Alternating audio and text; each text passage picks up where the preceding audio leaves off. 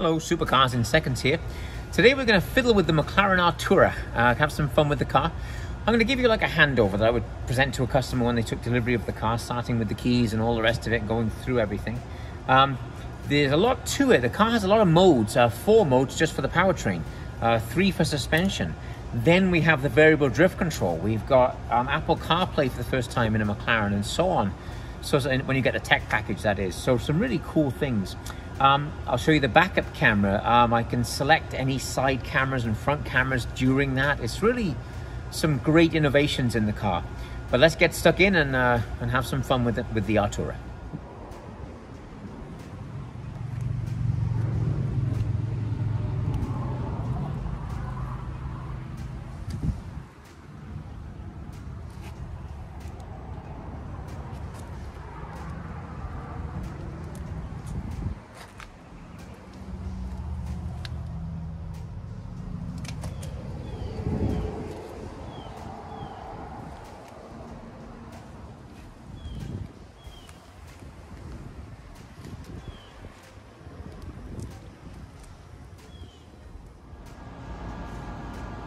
So as a quick overview, just a beautiful car. The 19-inch wheel up here is the new Star design I mentioned, and then there's a big 20-inch back there, and a big fat tire on the rear, of course, to get all that power down onto the ground. The fun thing I've enjoyed with the Artura, outside the big Ultimate Series cars, is the addition of the electric motor shoving on you very, very early in the throttle response, and it does power the car down the road at alarming pace. What people aren't really thinking about, this has more horsepower and torque than the McLaren 675 LT, one of our long tail cars from a few years ago. So an impressive machine. 671 horsepower combined and 530 pounds of torque really gives this car an amazing feel on the road. Beautiful paintwork. This is the great big garage door. You can see the reflection of it in the hood here, or even up in this beautiful gloss black roof. Look at that paintwork. It's really first class, and the way she's put together is just amazing. This little intake, these little exits here, of course, work in conjunction with the turbulent air in the wheel. Those create a little vacuum and pull the warm air out of that wheel well, actually creating high-speed stability, so very cool. As usual, the McLaren speed mark, the logo shape created in the lights there as well. You'll see that little bulge there, that's part of, it's actually a little camera under there, it's part of the tech package that we'll come to later on in the video showing all of that. One amazing innovation in Artura that you don't really see outside racing cars, I suppose, would be the rear clamshell, meaning from this door all the way around the back of the car, look, there are no seams in the aluminum body. It goes all the way to the other door without any joins. I'm sure it's very reasonable if you had an accident to get that replaced, but just magnificent design. I love the exhaust pipes there in silver, actually, to match this glacier paint.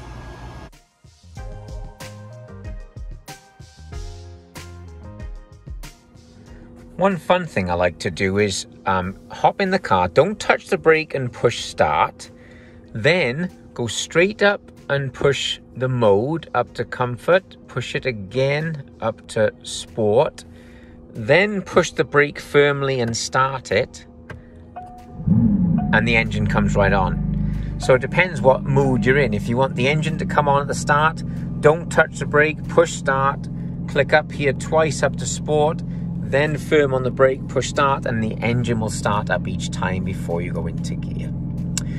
You'll notice on the display here, it says range 16 miles of electric, 225 miles of gasoline. If I take it from sport by pushing up here up to track, it changes it from actual physical miles into percentages. So we currently have 92% of the big battery pack and 85% of gasoline.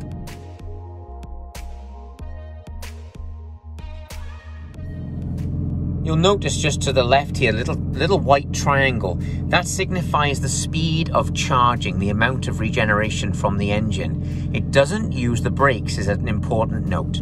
I'm going to click the little mode back down into comfort here, and then it drops even further. Now, this is something interesting and something that I always recommend doing every time you start the car. I'm going to turn the steering wheel so you can see it. This is the short stalk here, which controls the left side of the display. I'm going to push it down once, launch mode, push it down again, connect a phone, push it down again. Our navigation, a mini version, push it down one more time. Here we have our tire pressures and temperature from the Cyber tires. Last one, storage, and then here. This one here, hybrid battery charging. Can you see what it says? It says pull stalk for maximum charging. So I'm going to take the stalk and pull it toward me. And then the little arrow now has gone up to the max, even though we're in comfort.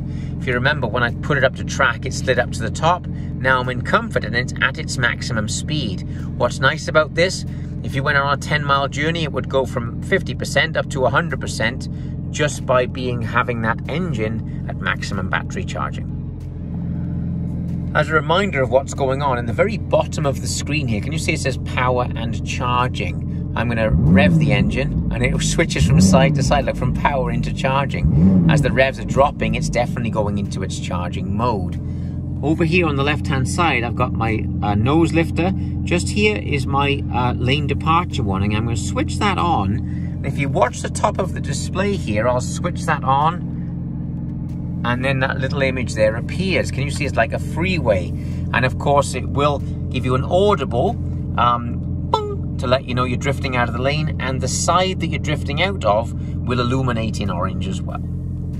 If I take the mode from comfort up to sport, there it goes, nothing's happened. Take it up to track. And now our lane departure warning will be down at the bottom of the screen, because in track mode, of course, we have our rev counter now across the top of the screen. Once again, we have percentages now, not actual miles shown. Neutral automatic. In this little guide gauge here, it says manual. I'm going to push that in, and now it changes to neutral manual. Then you must use the rocking paddle shifters. This has the magnesium short shifters. You can order it, of course, with the big long carbon fiber ones as well. Like in all McLarens, I can pull this to go up a gear. I can reach through and push it with my thumb and go down a gear. Doesn't sound important? Now it is.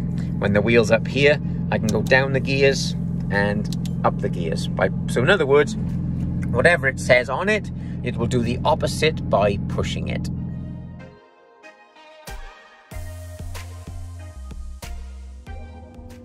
Moving down to our main screen, on the outside edge of it, we do have the little McLaren factory logo, of course, the home button. The car's home is that image on there. But rotating it is also your volume control. When pushing it, that's the screen that it'll always come back to. I have a little line, 4 squares at the top. If I touch that, it will go into a more easy red version of it with all the controls in there. Something interesting, we'll start in the top left, media. Once you've hooked up a telephone, it will go into whatever mode you have running and so on. When I hit play, it will start playing the music in the device that is connected. Swiping up from the bottom will go into that. Touching the top makes it drop back down. You'll notice that that works on every single screen. To go back out, I'm going to push the button on the side. Phone, of course, we will hook up, it'll ask you to connect a telephone.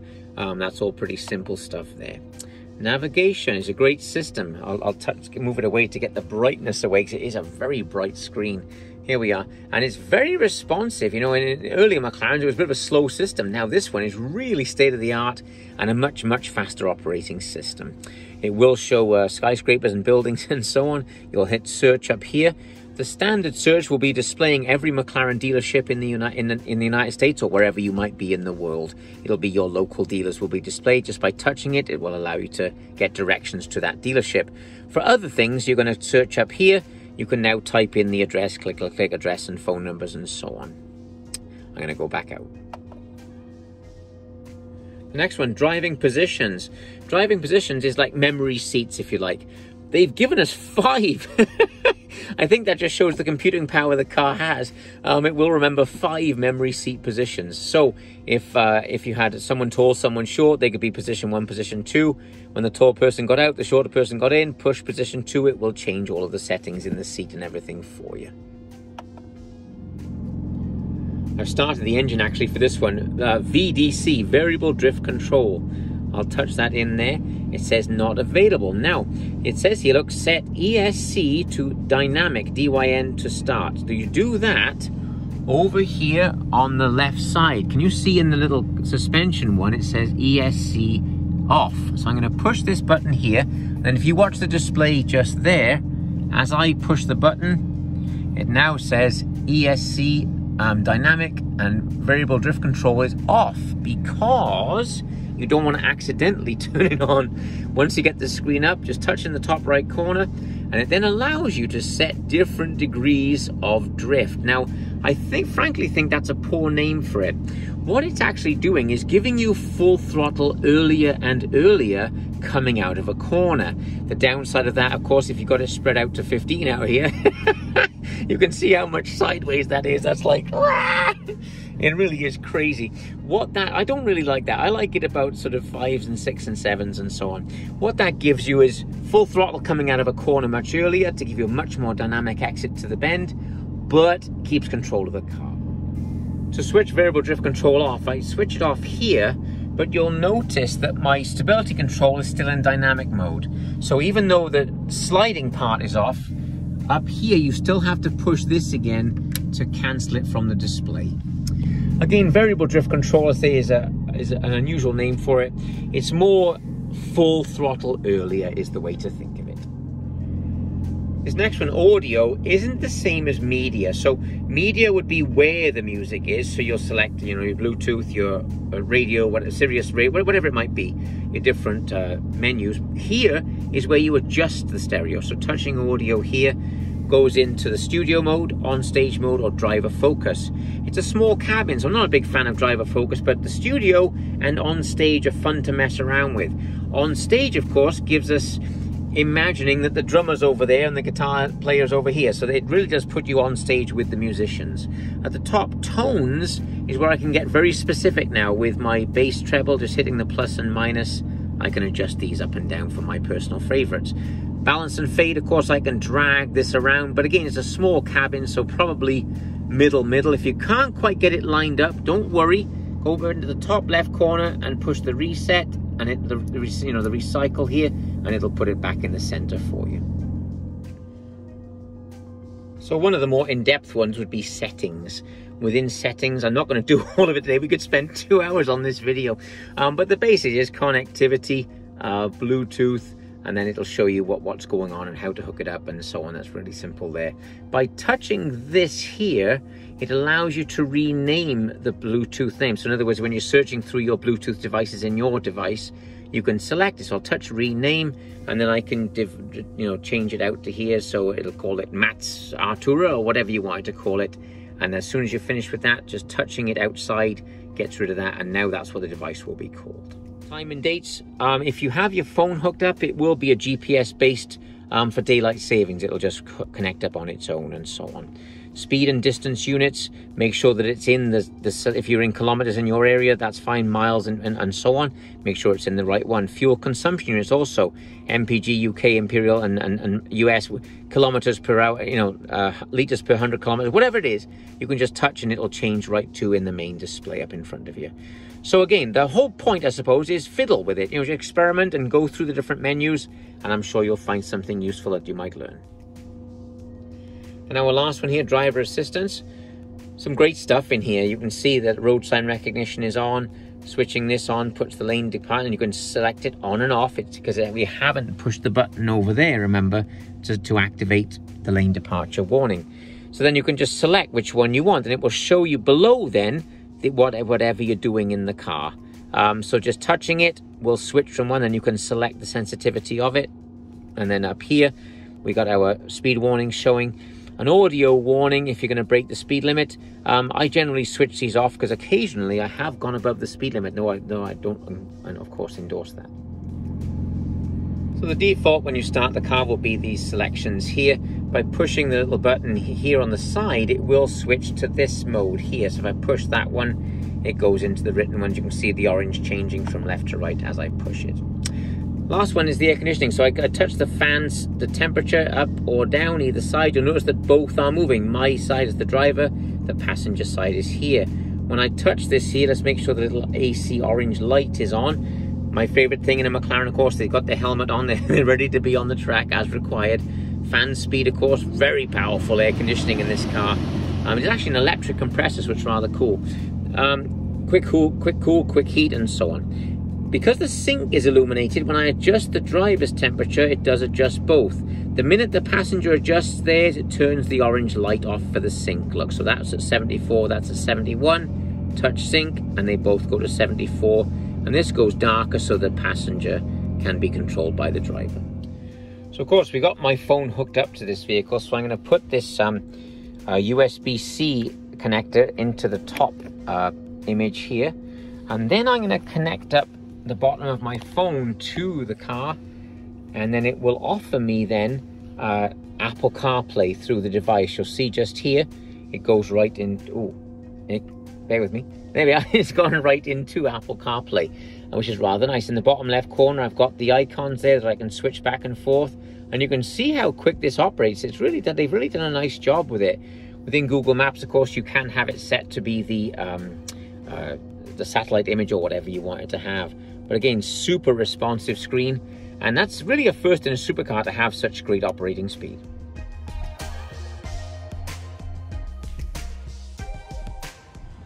So driver's side on the exterior, of course, we've got our charging port just here. And you don't really need to have a sort of a dedicated 220 line for what they call level 2 charging. Level 1 charging being the normal sort of 110 in your garage. Just plug this in, run it, it reaches 5 meters, 16 foot forward, it'll reach out to the wall and just plug it in. That takes about 5 or 6 hours to charge the car if it's completely empty. But of course, if you use that mode selector I told you, where you use the left side of the screen to select maximum charging speed always, you're generally not going to have to plug it in very much. It will maintain the battery at quite a high level. And even if it's halfway, if you've got it in that raised mode, it'll charge the battery very quickly on a short drive. So to close this back up, I just push on it here and click it. To open it back up, you just push firmly. Same on the other side of the vehicle. Now our fuel tank is this side, just pushing firmly on it, pops it open for our 19-gallon fuel tank based on this side. You're really operating 16 gallons, but of course, if you've had a McLaren before, the gasoline was always on the other side. For the Artura, they've made it the electric port. So as long as the key is close to the car, this is an image, of course, on the key of the front trunk. If I push it twice quickly, pop, pop, it'll pop open the trunk for us. Takes a second there. And then we can see inside we have our charging bag there for the big cable. If you're traveling, I recommend taking that with you, of course. This one would be the car cover, your owner's manuals and books, tire inflator kit, and so on. And then you do actually get a little chock. If the vehicle's going to be parked in a collection for a long time, you can just keep it locked in position. You do have a redundant 12-volt charger here, but the good news is the big 7.4 kilowatt battery in the base of the car here will actually maintain the front battery at the same time. So they've really thought about it and made the design incredibly effective. Closing it back down, I'm kind of weird about fingerprints, but that's me.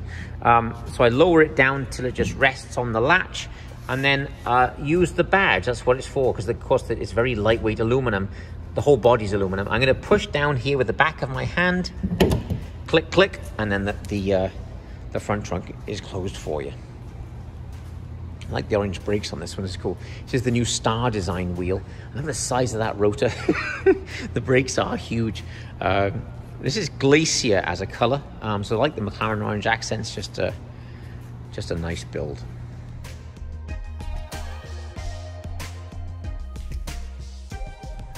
I think the point with these little mode selectors here, each side, suspension this side and powertrain this side, is find the one that you like. You might find it around town, you like them both in sport. On a longer run on the freeway, you might like the suspension in sport, in comfort, and the engine in track. You know, whatever it is, you experiment with it is the point. It's really cool to have that much control of the dynamics of the car. The electric mode I haven't used that much. I kind of like the sound, you know. I'm experimenting with it, and driving with both of them in tracks. The car is really aggressive. This new 5-point multi-link suspension on the rear end is impressive. I think it's stiffer than a 600 LT. They've really done a nice job with the car.